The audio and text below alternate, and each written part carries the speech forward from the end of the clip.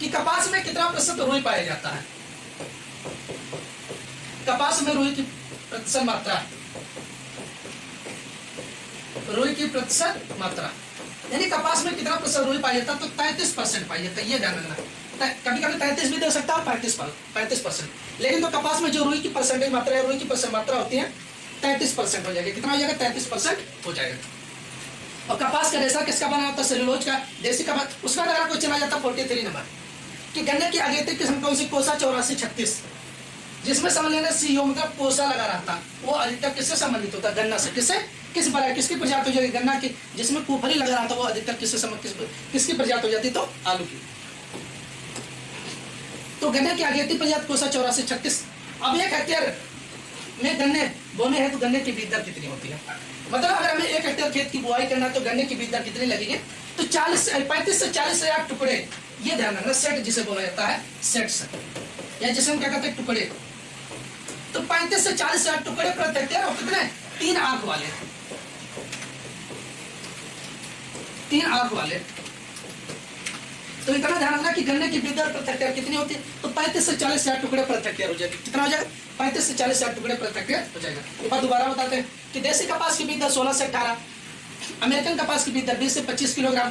कपास का रेशा किसका बना होता है? तो सेलुलोज का बना होता है। किसका? सेलुलोज का बना होता है। गन्ने की अगेती किस्म कौन सी हो जाएगी? तो कोसा 8436 हो जाएगा। 1 हेक्टेयर खेत में गन्ने की बीज दर कितनी होती है? तो 35 से 40,000 होती है। कितनी होती है? 35 से 40,000 टुकड़े प्रति हेक्टेयर होता है। कपास में कितना % रुई पाया जाता है? तो 33% पाया जाता है। कितना? 33% पाया जाता है।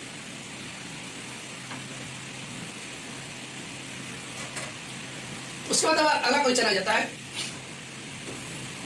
अब देखिए इसमें दिया बसंतकालीन गन्ने की बीज दर प्रति हेक्टेयर कितनी होती है। अगर गन्ने की बीज दर कुंटल में पूछ लेगा, किसमें? कुंटल में अगर पूछ लेता है तो 60 से 70 कुंटल प्रति हेक्टेयर हो जाएगा। कितना हो जाएगा? 60 से 70 कुंटल प्रति हेक्टेयर हो जाएगा। तो इसको आप जरूर ध्यान रखना। अगर गन्ने की बीज दर टुकड़ों के हिसाब से अगर ऑप्शन दिया है तो 35 से 40,000 टुकड़े हो जाएंगे। कितना हो जाएगा? 35 से 40,000 टुकड़े हो जाएंगे। कितना? 35 से 40,000। अगर वहां पर कुंटल में पूछ लेता है तो 60 से 70 कुंटल प्रति हेक्टेयर हो। कितना हो जाएगा? 60 से 70 कुंटल प्रति हेक्टेयर हो जाएगा। अब देखो यहाँ पर आ गया कि शरतकालीन गन्ने की बुआई कब की जाती है? क्या शरतकालीन गन्ने की बुआई कब की जाती है? तो अक्टूबर से नवंबर में की जाती है। ये ध्यान रखना, अक्टूबर से नवंबर में। उसके बाद ये भी क्वेश्चन पूछा गया कि पके हुए गन्ने में ब्रिक्स की मात्रा कितनी होती है? ब्रिक्स, अब ब्रिक्स मतलब क्या होता है? सीड़ा। हम सब देखते हैं कि जो मिलों के पास कुछ जो भूसी जैसा पदार्थ नहीं फेंका रहता है जिससे बहुत ज्यादा अल्कोहल जैसी गंध आती है, तो गन्ने को पेरने के बाद उसमें ब्रिक्स निकलता है। जिसे देखे होगे कि लोग खेत में लाके टाली उसको लाके खेत में डालते हैं। तो खेत में जो हमारी उसकी उर्वरता यानी फर्टिलिटी, उसकी गुणवत्ता बढ़ाने के लिए हम क्या होता है? गन्ने के उसको लाके उसमें डाल दिया जाता है, जिससे हमारे गन्ने की जो मतलब भूमि की जो उर्वरता रहती है वो बन जाती है और उससे अच्छी मतलब जो उर्वरता अच्छी तरीके से बन जाती है। तो वही होता है पके हुए गन्ने में ब्रिक्स की मात्रा। तो ऐसा तुम्हारे बुक में दिया होगा 16 से 18%। ये भी दे सकता है 16 से 18% या 18%। तो हमें ध्यान होना चाहिए 16 से 18% या 18%। गन्ने में शर्करा सुक्रोज की मात्रा तो ये भी 16% नहीं होगी, ये याद रखना। तो वहां पर होता है 8 से 11%। तो गन्ने में अगर चीनी की मात्रा पूछेगा, शर्करा मतलब चीनी की मात्रा, तो 8 से 11% हो जाएगी। कितना हो जाएगा? 8 से 11%। और पके हुए गन्ने में ब्रिक्स की मात्रा पूछ लेगा तो 16 से 18% हो जाएगा। कितना हो जाएगा? 16 से 18% हो जाएगा। अब देखो यहाँ पर जो बुआई का समय दिया है, अगर पूछ लेता कि उत्तर भारत में गन्ने की बुआई का उपयुक्त समय, उत्तर भारत, तो उत्तर भारत में अगर गन्ने की बुआई का उपयुक्त समय पूछेगा तो फरवरी से मार्च होता है। इसको आप अलग जगह नोट कर लीजिएगा कि उत्तर भारत में गन्ने की बुआई का उपयुक्त समय फरवरी से मार्च हो जाएगा। क्या हो जाएगा? फरवरी से मार्च हो जाएगा। अगर पूछ लेता कि अर्धसाली गन्ने की बुआई कब की जाती है, अर्धसाली, तो अर्धसाली गन्ने की बुआई कब की जाती है? तो जून से जुलाई में की जाती है। कब की जाती है? जून से जुलाई। और शरतकालीन गन्ने की बुआई कब की जाती है? तो अक्टूबर से नवंबर में की जाती है। कब? अक्टूबर से। पके हुए गन्ने में ब्रिक्स की मात्रा 16 से 18% होता है। गन्ने की बीज दर टुकड़ों में 35 से 40,000, कुंटल में 60 से 70 कुंटल प्रति हेक्टेयर हो जाएगा। गन्ने में चीनी की मात्रा तो 8 से 11% होता है। अगला क्वेश्चन आ जाता है कि भारत में सबसे अधिक चीनी उत्पादक राज्य, यानी भारत में सबसे अधिक चीनी का उत्पादन किस राज्य में होता है? अब यहाँ पर देखना चीनी पूछ रहा है। क्या? चीनी। तो शुगर या चीनी के भारत में सबसे अधिक चीनी का उत्पादन किस राज्य में होता है? तो महाराष्ट्र में होता है। कहां पर होता है? महाराष्ट्र में। अब एक दो क्वेश्चन और बताते हैं। अगर पूछ लेता है कि विश्व में सबसे अधिक गन्ने का उत्पादन कहां पर होता है? तो विश्व में सबसे अधिक अगर पूछ लेगा गन्ने का उत्पादन कहां पर होता है, तो ब्राजील में होता है। विश्व में गन्ने का उत्पादन, तो विश्व में जो सबसे अधिक गन्ने का उत्पादन होता है ब्राजील, कहां पर होता? तो ब्राजील में होता है। तो इसको आप नोट कर लीजिएगा। अगर आप पूछ लेता कि भारत में सबसे अधिक गन्ने का क्षेत्रफल उत्पादन किस राज्य में है, अगर भारत में पूछ लेगा तो भारत में कहां पर होता? उत्तर प्रदेश में होता। कहां पर होता? उत्तर प्रदेश में होता। तो भारत में सबसे अधिक गन्ने का क्षेत्रफल उत्पादन उत्तर प्रदेश। अगर वहीं पर प्रोडक्टिविटी या उत्पादकता पूछ लेता, क्या प्रोडक्टिविटी या उत्पादकता, तो ये कहां पर हो जाएगा? तमिलनाडु में होता। क्या? तमिलनाडु में होता है। तो विश्व में सबसे अधिक ब्राजील, भारत में सबसे अधिक तो उत्तर प्रदेश हो जाए, और उत्पादकता पूछ लेता है तो तमिलनाडु, यानी कहां पर? तमिलनाडु में हो जाएगा। अब देखिए यहाँ पर दे दिया कि अर्धसाली गन्ने की बुआई कब की जाती है, तो जून से जुलाई में की जाती है। कब की जाती है? जून से जुलाई में। अब अगर आपको चला जाता है कि गन्ना बेधक कीट के नियंत्रण के लिए किस पैरासाइट, यानी एक पैरासाइट जिसे बोला जाता है, क्या एक पैरासाइट यानी अंडा परजीवी या जैविक नियंत्रण के लिए किसका प्रयोग करते हैं? तो ये यहाँ पर थोड़ा दिमाग से काम लेना कि मतलब गन्ना बेधक कीट के नियंत्रण के लिए शुगर कैन स्टेम बोरोया, क्या हो जाए शुगर कैन स्टेम बोरोया, गन्ना बेधक कीट के नियंत्रण के लिए किस हम परजीवी या एक पैरासाइट का प्रयोग करते हैं? जैविक नियंत्रण के लिए किसका प्रयोग करते हैं? तो ट्राइकोगामा चिनोनिस का प्रयोग करते हैं। क्या? ट्राइकोगामा चिनोनिस का प्रयोग करते हैं। ये भी क्वेश्चन महत्वपूर्ण पूछा जा सकता है। उसमें अगला क्वेश्चन आ जाता है कि गन्ना में बीजलिप्त बीमारी के नियंत्रण के लिए गन्ने को बोने से पहले हम किससे उपचारित करते हैं?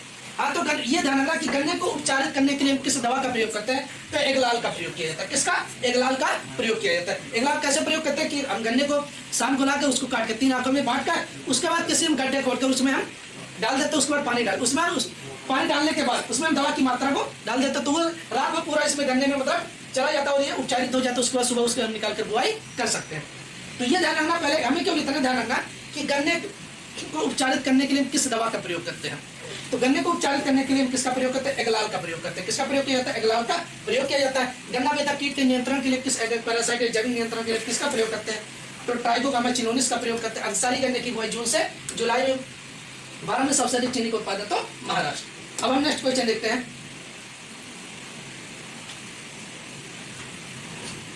अब देखिए यहाँ पर बुआई के लिए आलू के समूचे का आकार कितना होना चाहिए, यानी जो हम आलू की बुआई करते हैं तो कंद का आकार कितना होना चाहिए? तो 2.5 से 3 सेंटीमीटर होना चाहिए। कितना? 2.5 से 3 सेंटीमीटर होना चाहिए। तो आलू की बुआई के लिए कंद का आकार ऐसे पूछेगा कि आलू की बुआई के लिए कंद का आकार कितना होना चाहिए? तो 2.5 से 3 सेंटीमीटर यहाँ कर लेना है। 2.5 से 3 सेंटीमीटर होना चाहिए। कितना? 2.5 से 3 सेंटीमीटर। उसका नेक्स्ट क्वेश्चन आ जाता है कि आलू की वृद्धि दर प्रति हेक्टेयर कितनी हो जाएगी? तो आलू की वृद्धि दर प्रति हेक्टेयर जो होती है ध्यान रखना 25 से 30 क्विंटल प्रति हेक्टेयर होता है। कितना हो जाएगा? 25 से 30 क्विंटल प्रति हेक्टेयर हो जाएगी। यहाँ पर 20 से 25 नहीं होगा, 25 से 30 क्विंटल प्रति हेक्टेयर होगा। यानी आलू की वृद्धि दर प्रति हेक्टेयर 25 से 30 क्विंटल, और उसकी जो साइज आकार आता है कितना? 2.5 से 3 सेंटीमीटर। और कंद का भार अगर पूछ लेते हैं, देखो यहाँ पर दिया कंद का भार कितना होता है, तो 25 से 30 ग्राम कंद का भार होता है। कितना होता है? यानी जो हम आलू की बुआई करते हैं, कंद की बुआई करते हैं, उसका भार कितना होना चाहिए? तो 25 से 30 ग्राम होना चाहिए। कितना? 25 से 30 ग्राम होना चाहिए। अब यहाँ पर एक क्वेश्चन, आलू में कार्बोहाइड्रेट या स्टार्च की मात्रा कितनी होती है? तो 18 से लगभग 22% होता है। कितना होता है? 18 से 22%। तो दोनों ध्यान रखना, आलू में कार्बोहाइड्रेट या स्टार्च की मात्रा कितनी पाई जाती है? तो 18 से 22%। तो पहला क्वेश्चन हमने बताया कि आलू की बुआई के लिए कंद का आकार तो 2.5 से 3 सेंटीमीटर प्रति हेक्टेयर। आलू की वृद्धि दर 25 से 30 क्विंटल प्रति हेक्टेयर हो जाएगा। कितना? 25 से 30 क्विंटल प्रति हेक्टेयर। आलू में कार्बोहाइड्रेट स्टार्च की मात्रा 18 से लगभग 22% हो जाएगा। बीज बोने के लिए आलू के जो कंद का भार कितना होना चाहिए? तो 25 से 30 ग्राम। और नेक्स्ट क्वेश्चन देखते हैं।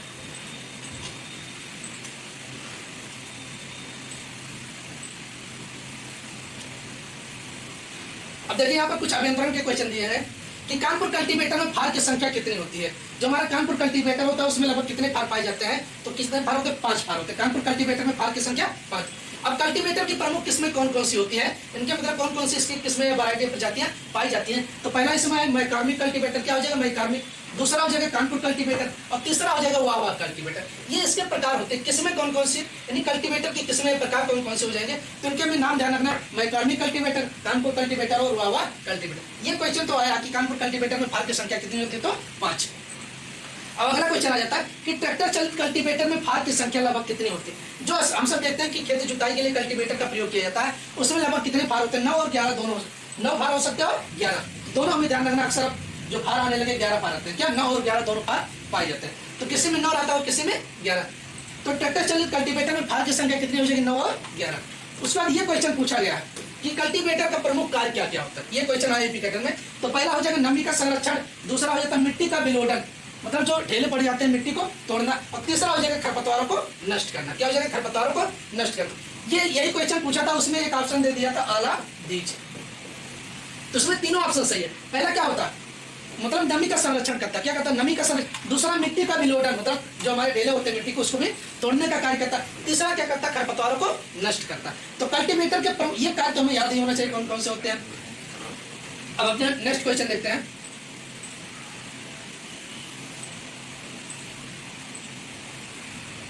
अब हमारे लास्ट और थर्ड क्वेश्चन, लास्ट ये 3 क्वेश्चन है। अब देखिए इसमें दिया नाइट्रोजन गैस की खोज किसने की? डेनियल रदरफोर्ड ने किया था 1979 में। नाइट्रोजन गैस की खोज किसने की? डेनियल रदरफोर्ड ने। एक क्वेश्चन ये पूछा गया पैटर्न में कि नाइट्रोजन नाम किसने रखा? चैप्टर ने।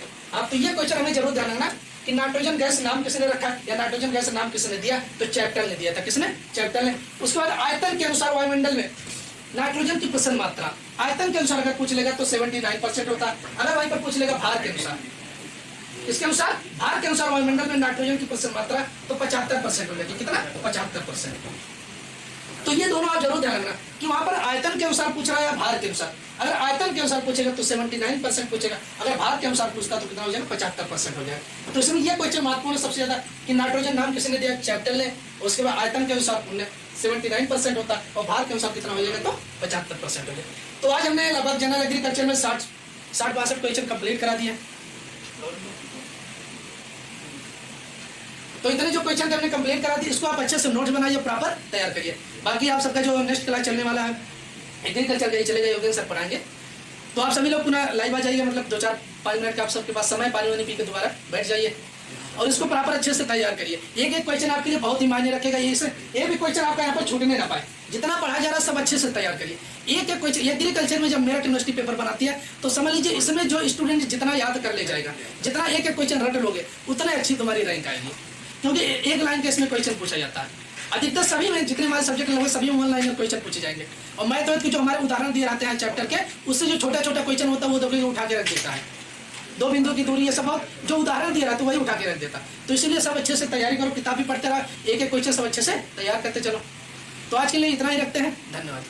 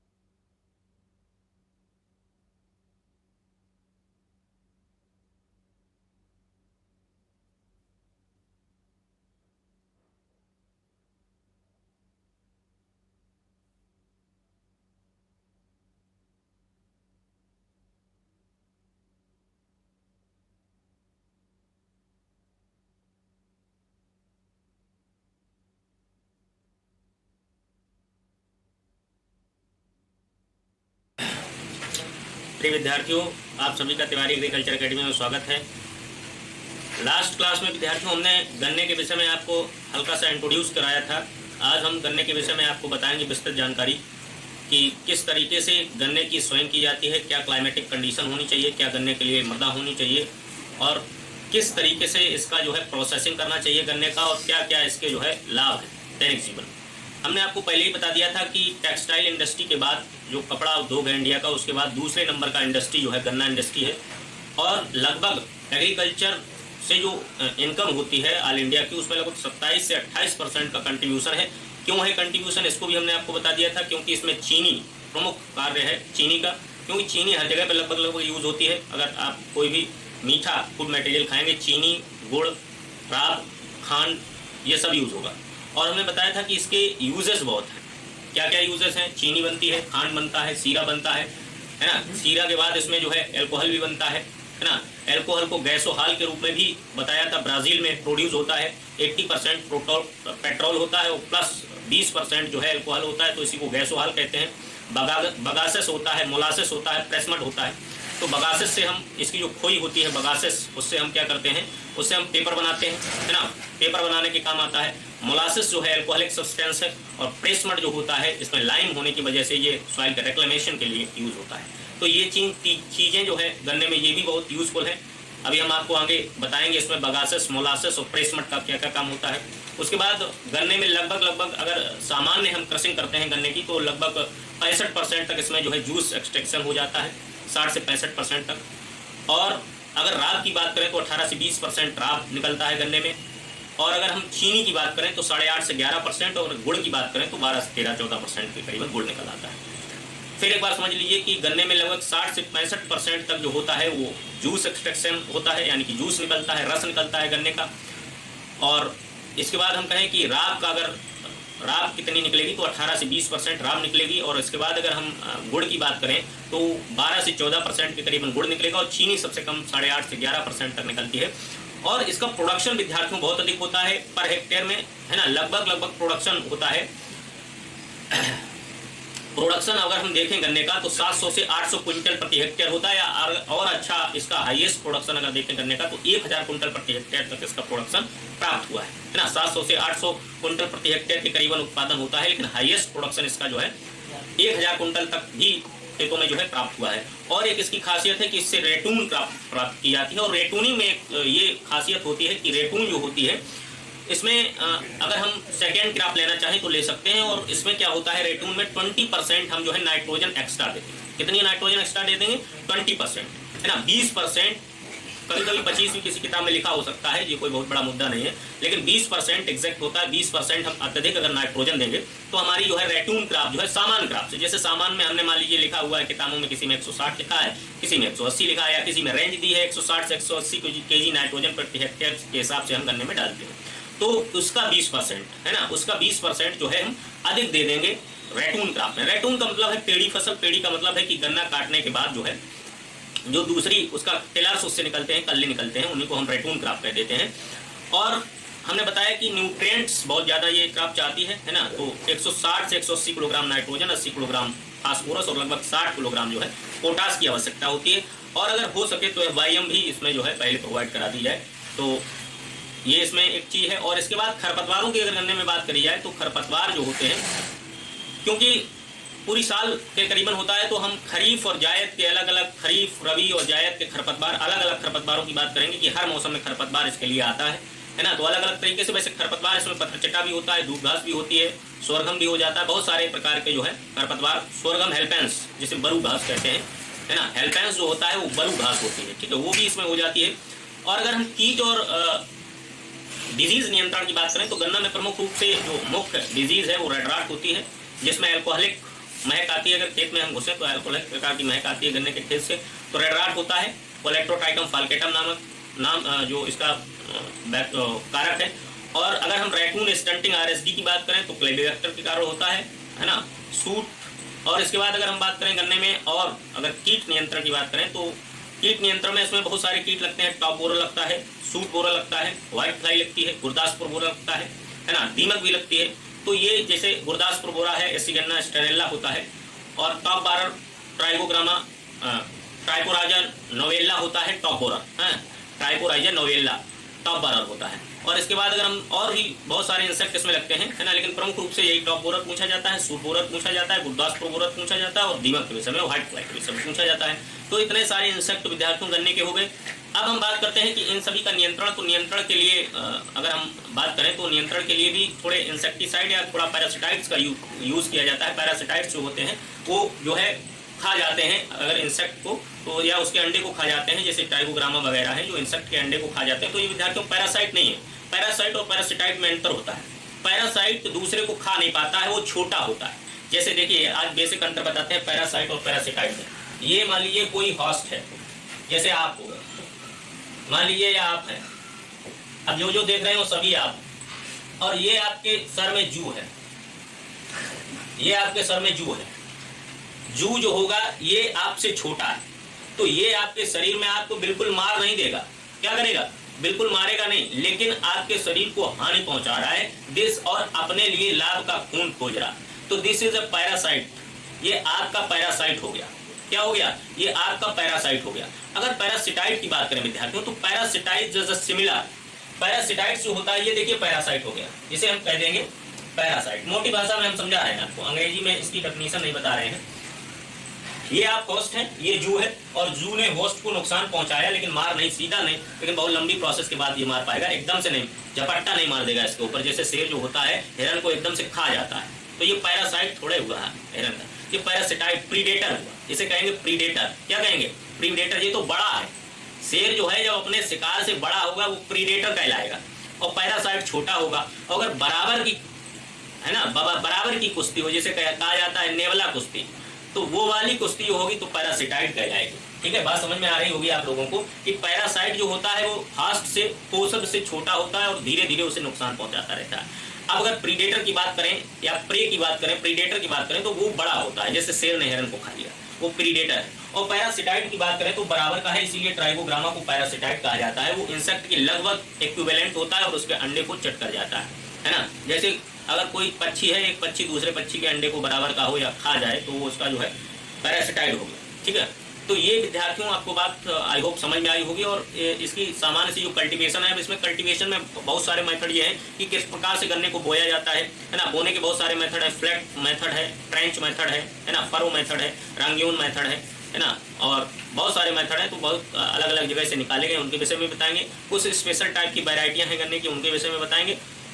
खरपतवार नियंत्रण और बुआई के विषय में, कितना सीड रेट चाहिए और किस प्रकार से, ये तो सभी आपको लगभग जानकारी होगी। एक चीज़ हमने आपको पिछले क्लास में और बताई थी कि अगर गन्ने के लिए हम अमोनियम फास्फेट का प्रयोग करें, अमोनियम सल्फेट का, तो सही रहता है। अगर हमारी मृदा जो है सैलाइन सॉइल है तो हम फिर यूरिया का प्रयोग कर सकते हैं। अगर हमारी सॉइल जो है एसिडिक नेचर की है तो हम किसी कैल्शियम अमोनियम नाइट्रेट का प्रयोग करेंगे, है ना। तो इतनी सामान्य सी बात। और बुवाई के लिए भी इसके क्लासिफिकेशन हमने आपको बताए थे कि कुछ वाइल्ड स्पीसीज हैं और कुछ जो है बुवाई का समय, ये बहुत कंफ्यूजिंग रहता है। तो हम फिर एक बार से बता दे रहे हैं, जो वाइल्ड स्पीसीज और कल्टिवेटेड स्पीसीज है। तो कल्टिवेटेड स्पीसीज में विद्यार्थियों हम बात करेंगे तो Saccharum officinarum, Saccharum barberi, Saccharum sinensis, है ना, और बारबेरी है, और सैक्रम जो है रोबस्टम और sacrum spontaneum. This is a by type of can. ठीक है, जो बाई टाइप का कैन है, बाई टाइप का यानी जंगली कैन है, तो उसमें सैक्रम स्पॉन्टेनियम प्रमुख रूप से है और सैक्रम रोबस्टम है। सैक्रम स्पॉन्टेनियम और रोबस्टम ये दोनों जंगली गन्ने हैं, यानी कि इनके पौधे में जो फाइबर है ना, उसकी मात्रा अधिक होती है और सुक्रोज की मात्रा कम होती है।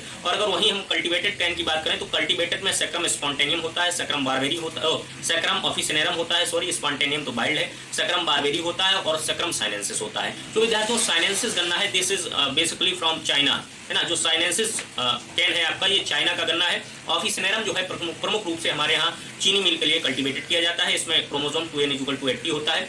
और अगर हम बात करें कि सैक्रम बारबेरी की, तो इसमें क्रोमोसोम नंबर 2n=82 to 124 तक होता है। और अगर हम साइनेंसिस की बात करें तो इसमें भी जो क्रोमोसोम होता है ना। उसके बाद अगर हम बात करें कि फाइबर कंटेंट इसमें कम रहता है, जो कल्टीवेटेड कैन है इसमें फाइबर की मात्रा कम होती है और शुगर की मात्रा अधिक होती है, यानी सुक्रोज की मात्रा अधिक होने के कारण क्या होता है, इसको उगाया जाता है और इंडस्ट्रियल पर्पज से इसका यूज होता है। ठीक है, और इसी से गन्ने से ही सीरा बनता है, सीरा के साथ साथ कच्ची दारू भी बनती है और सिरका भी बनता है। तो इसका जो है बहुत ज़्यादा उपयोग होता है ग्रामीण क्षेत्रों में।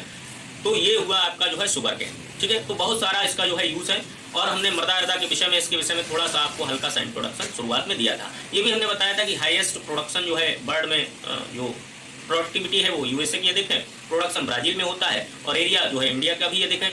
और इंडिया में अगर बात करें तो उत्पादन जो है उत्तर प्रदेश का अधिक है, और उसके बाद अगर हम बात करें तो प्रोडक्टिविटी जो है तमिलनाडु की अधिक है। तो ये सारी चीजें हमने बताई थी, हमने इसके पुष्पक्रम के विषय में बताया था। लोग बार बार कह देते थे एरो एरो पुष्पक्रम है, तो हमने पिछली क्लास में जब जो है टेस्ट सीरीज लिया था तो उसमें हमने आपको बताया था कि टेस्ट सीरीज में एरो जो था वो क्या था। हमने कहा था कि पेनिकल्स है, पेनिकल का एक समूह है, this is known as arrow, ठीक है, पेनिकल का समूह होता है उसी को एरो कहते हैं, ठीक है। तो ये हो गया, और इसमें बहुत सारी भी आपके टर्म्स आएंगे, कहीं अर्थिंग आएगा, कहीं कुछ आएगा, कहीं टाइंग आएगा, तो उसके विषय में भी हम जब समय आता जाएगा जिस प्रकार से, उस प्रकार से हम इसके विषय में जो है विधिवत आपको समझाते रहेंगे।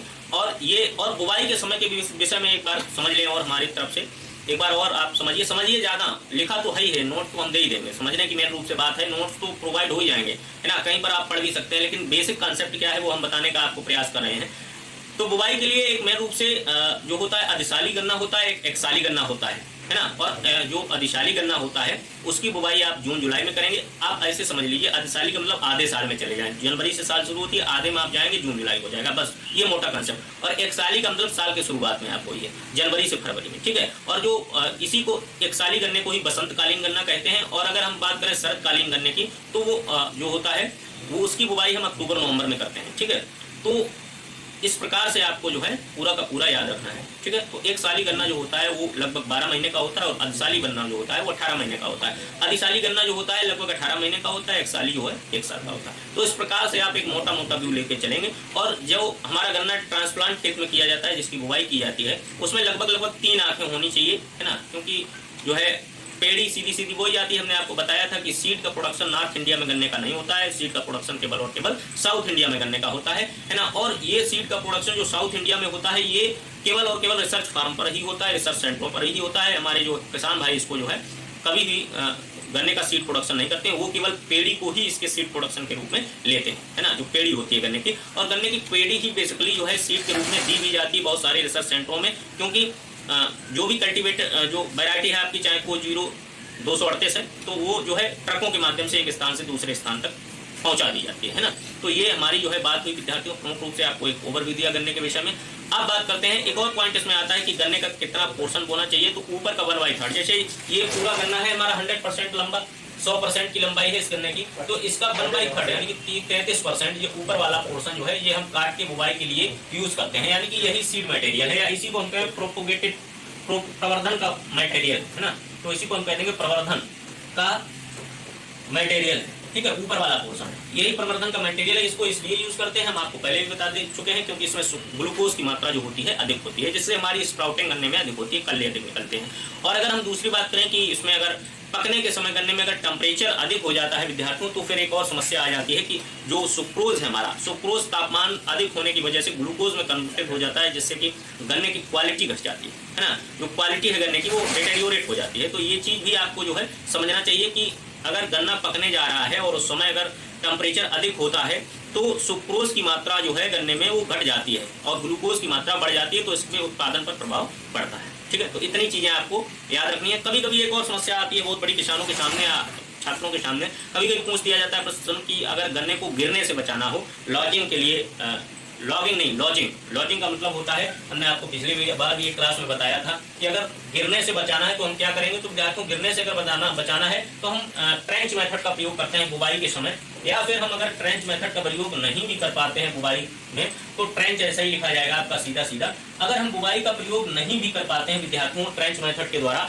तो भी जब हम देख लें कि जून के समय बारिश होने वाली है, इस समय जून आने वाली है, तो हम गन्ने में जो है नीचे से 15 सेंटीमीटर तक मिट्टी चढ़ा देते हैं, है ना। कितना 15 सेंटीमीटर तक अगर मिट्टी चढ़ा देंगे तो क्या हो जाएगा, हमारा गन्ना गिरने से रुक जाएगा, ठीक है। क्योंकि बरसात में गिरता बहुत है, लंबा पौधा हो जाता है, वजन हो जाता है। या फिर इसको और बचाने के लिए पहले तो मेन इसका जो है ट्रेंच मेथड से ही बुवाई करें, नहीं तो मिट्टी चढ़ा दें और उसके बाद अर्थिंग कर दें, है ना, अर्थिंग कर दें, या फिर इसमें जो है उसको टाइम करते हैं। टाइम से भी कम गिरता है गन्ना, क्योंकि अगर अकेला खड़ा होगा तो बहुत जल्दी गिरेगा। अगर टाइम हो जाएगी, यानी कि टाइम देखिए 1.5 मीटर ऊंचाई पर की जाती है। टाइम जो है गन्ने में, टाइम आता है आपका वर्ड, टाइम किसमें की जाती है, तो टाइम गन्ने में की जाती है। टाइम का मतलब है कि गन्ना जब आपका बड़ा हो जाता है तो नीचे से 1.5 मीटर, 1.5 मीटर का मतलब हो गया 5 फीट के करीबन, उसको जो है गन्ने के 8-10 पौधे, 7-8 पौधे लेके और उनको पत्तियों के द्वारा लपेट के बांध देते हैं। तो this is known as time, ठीक है। तो विद्यार्थियों इतनी बात हुई, हमने एक आपका मोटा मोटा ओवरव्यू गन्ने के विषय में दे दिया। अब हम आते हैं अपने टॉपिक पर और उसके बाद जो है गन्ने की फसल को हम आपको पढ़ाएंगे। ठीक है, चलिए आते हैं। हमारा पिछले क्लास में टेम्परेचर तक शायद हुआ था, है ना, सॉइल।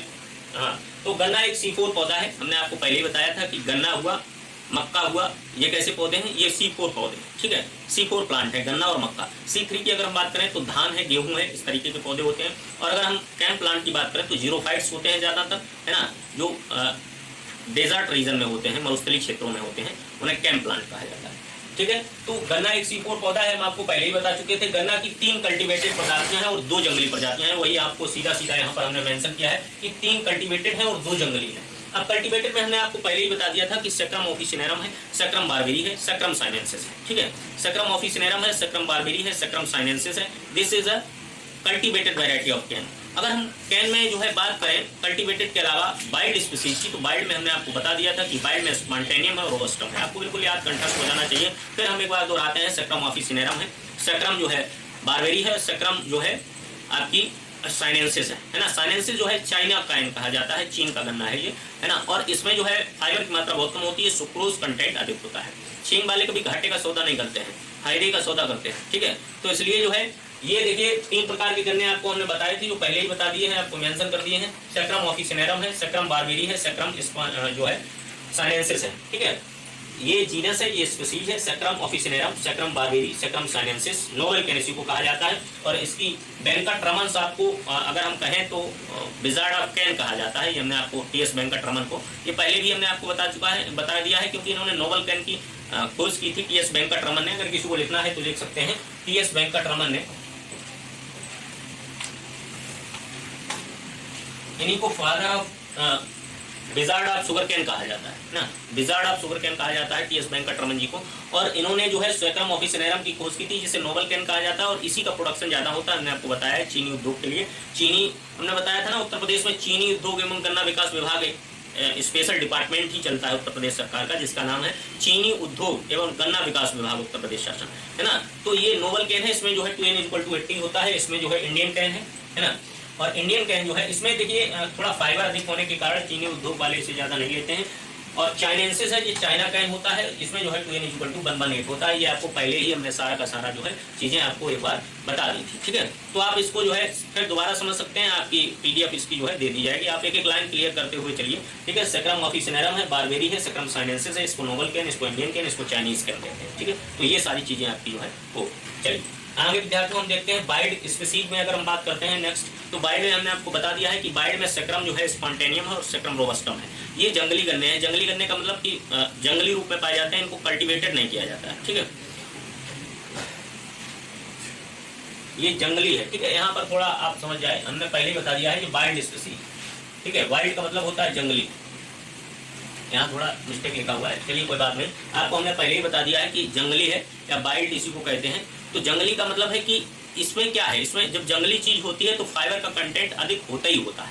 जो भी चीज जंगली थी, जो यानी कि जंगली का मतलब जंगली नहीं बिल्कुल, जिसको यूसर ने गॉड गिफ्टेड थी, वो सारी उसमें फाइबर अधिक होगा और उसकी जो है इम्यूनिटी अधिक होगी और उसकी जो है क्वालिटी जो है बहुत हाई होगी, उसमें फ्लेवर बहुत तगड़ा होगा, उसमें प्रिजर्वेटिव क्वालिटी तगड़ी होगी। कैसे, हम आपको दूसरा एग्जाम्पल देते हैं इसी के साथ। आम है ना, अगर आप देखते हैं आम के विषय, तो आम आप लोग समझते होंगे इस समय जो आ रहे हैं 5 फुटी आम, ये तो कल्टीवेटेड आम है।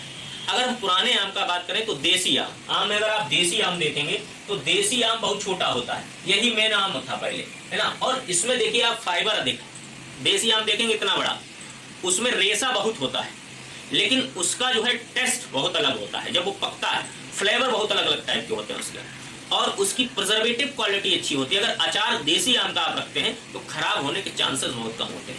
अगर हम इस समय का जो कलमी आम जिसे कहा जाता है, क्रॉस ब्रीड हाइब्रिड आम कहा जाता है, तो क्रॉस जो होता है आम, वो उसकी प्रिजर्वेटिव क्वालिटी बहुत कम होती है। इतना बड़ा दिखेगा आपका आधा किलो का आम, है ना, और उसमें अगर किसी ने नेक मार दिया तो 4 दिन बाद उसमें सड़ा उत्पन्न हो जाएगा। क्यों? क्योंकि सुक्रोज की मात्रा अधिक है, बहुत ज्यादा शर्करा उसमें रहती है, फाइबर है नहीं, फाइबर बिल्कुल नहीं है। आप सीधा निकल जाइए, डाइजेशन में भी समस्या पैदा करता है वो आम, है ना। देसी आम आप कितना भी खा लीजिए कभी आपको समस्या ही नहीं होगी, क्योंकि फाइबर कंटेंट है ना।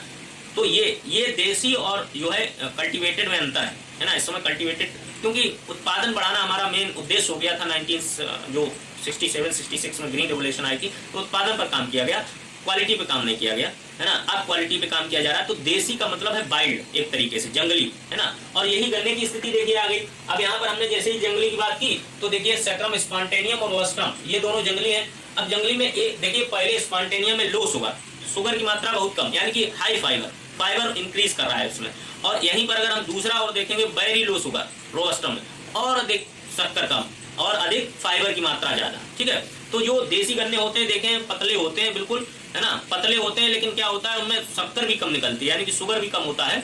और उनमें जो है चूसे अगर उसे हम दांत से तोड़े तो बहुत टाइट छिलता है गन्ना, है ना। और जो अच्छी अच्छी वेराइटियां आ रही हैं इस समय, तो गन्ना ऐसा आ रहा है कि चिड़ियां उसमें चोंच मार देती हैं। नैना वेराइटी गन्ने की एक है, नैना में यही सबसे बड़ी समस्या है गन्ने में कि अगर चिड़िया ने चोंच मार दी, है ना, जो उड़ने वाली बर्ड गौरैया तक इसको छेद कर देती है, अगर उसने ढंग से चोंच मार दी, है ना, तो गन्ना जो है रस निकालने लगता है। अब समझिए आप, ये स्थिति गन्ने की हो गई। और इसको जो है चिड़िया क्या, जो कटकोड़वा है वो भी मारे तब भी नहीं टूटेगा ये। तो ये क्वालिटी में जो है अंतर हो गया है गन्ने में, है ना। जो अभी का पुराना वाइल्ड गन्ना था तो उसमें जो है कटकोड़वा भी मारे तब भी नहीं छेद होगा, और इसमें अगर चिड़िया भी मार दे तो भी छेद हो जाएगा। तो ये क्योंकि उसमें शुगर अधिक है, इसमें शुगर कम है, उसमें फाइबर अधिक है, इसमें फाइबर जो है अधिक है, उसमें कम है। तो ये अंतर है वाइल्ड और कल्टिवेटेड, ठीक है। आप आई होप आप समझ गए होंगे। चलिए नेक्स्ट आगे हम देखते हैं। नेक्स्ट आपका जो है क्या लिखा हुआ है, अगला है बुवाई का समय। देखिए बुवाई के समय के विषय में हमने आपको पहले ही आगाह कर दिया था कि एक साली गन्ना होता है और अधिशाली गन्ना होता है। अब एक साली में एक शरदकालीन गन्ना होता है, एक बसंतकालीन गन्ना होता है। एक साली में, ठीक है, शरदकालीन होता है, बसंतकालीन होता है। अब अगर हम बात करें तो अधिशाली विद्यार्थियों गन्ना होता है वो प्रमुख रूप से दक्षिण भारत में होता है, और एक साली गन्ना जो होता है वो प्रमुख रूप से उत्तर भारत में होता है। आप बिल्कुल मोटा मोटा समझ लीजिए कि एक साल की अगर बात हम करें तो उत्तर भारत में होता है और वो बहुत लंबे समय तक चलता है, दक्षिण भारत वाला। ऐसा भी क्यों, इसका भी एक कारण ये है कि गन्ना जो है वो बेसिक रूप से ट्रॉपिकल रीजन की फसल है। हमने आपको बताया गर्म जलवायु चाहता है, उष्णकटिबंधीय पौधा है।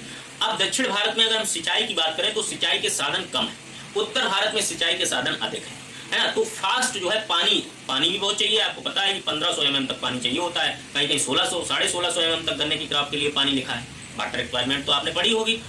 अगर हमें ऐसा लग रहा है कि आपने पढ़ी है, ना पढ़ी हो तो पढ़ लेना एक बार, नहीं तो हम पढ़ा तो देंगे ही देंगे, है ना। एक बार दोहरा लेना, हम फिर तेहरा देंगे, ठीक है। तो इस तरीके से अगर बात हो तो 1500 1650 mm तक बारिश की आवश्यकता होती है, पानी चाहिए। यानी कि जो हमारे भारत में पानी लगभग 1100 1150 mm होता है, उससे भी ज्यादा पानी चाहिए। अब दक्षिण भारत में पहले ही से सूखा पड़ा है ना। तो इतना सोर्स पानी का हम कहाँ से लाएं जो हम एक साल में गन्ने को तैयार करते हैं 1500 mm। तो हाँ विद्यार्थियों, ये चीज संभव नहीं है ना। तो वो बेचारा जो है अपना धीरे धीरे 1.5 साल में उस रिक्वायरमेंट को पूरा कर पाते हैं बेचारे, है ना। तो 1.5 साल में कर पाते हैं तो वो पूरा जो है अधिशाली गन्ना हो जाता है, यानी कि अगली साल भी ओवरलैप करके आधी साल के लिए चला जाता है, इसलिए वो अधिशाली हो गया। उत्तर भारत में सिंचाई के साधन पर्याप्त होने की वजह से ये है बहुत तेजी से पानी जितना चाहिए गन्ने को हम दे देते हैं, और बारिश भी ठीक होती है दक्षिण भारत की अपेक्षा, और साथ साथ में नहरों की भी उपलब्धता है, और नदियां भी बहुत ज्यादा है दक्षिण भारत की अपेक्षा। दक्षिण भारत की नदियां जो होती हैं वो सीजनेबल रिवर्स हैं, जब सीजन होता है बरसात का तभी पानी आता है। उत्तर भारत में 12 मासी नदियां हैं जिनमें 12 मास पानी आता रहता है, तो इसलिए और जल्दी हो जाता है। तो ये सब फैक्टर होते हैं कि आखिर में ऐसा क्यों है, ऐसा क्यों नहीं है। तो एक साली और अधिशाली गन्ने में यही अंतर है कि एक साली गन्ना जो होता है वो उत्तर भारत में होता है, अधिशाली गन्ना दक्षिण भारत में होता है। अब एक साली गन्ने में अगर हम बात करें कि शरदकालीन गन्ना और बसंतकालीन गन्ना, तो शरद का मतलब ठंडी में चले जाइए आप, आपको याद कुछ नहीं करना। शरद का मतलब ठंडी आने से पहले जब बोएंगे तभी तो वो ठंडी में आके बड़ा होना शुरू होगा, तो अक्टूबर नवंबर में बुआई कर देंगे। बसंत कालीन की अगर बात करें तो बसंत ऋतु आती है मार्च के करीबन, फरवरी मार्च में, तो उससे पहले हम जनवरी फरवरी में इसकी सोइंग कर देंगे। और एक साली का अधिशाली का मतलब कि आधे साल में चले जाइए, जनवरी के बाद जुलाई आती है ना, आधा साल लगभग, तो जून जुलाई में इसकी जो है सोइंग की जाती है। और एक साली जो है दक्षिण भारत में बोया जाता है, अधिशाली जो है आपका अधिशाली दक्षिण भारत में और एक साली जो है उत्तर भारत में। तो यही दोनों जो चीजें हैं आपकी अधिशाली और एक साली के विषय में, गन्ने के विषय में पूरा को पूरा आपको जो है यहाँ पर मेंशन किया गया है, आपका जो टीपीटी बना हुआ है। तो इस तरीके से आपको याद करना है, आपको कोई हमारे हिसाब से कठिनाई नहीं होनी चाहिए, क्योंकि हमने सारी की सारी चीजें आपको पहले से ही बता दी है, ठीक है। चलिए देख लीजिए एक बार।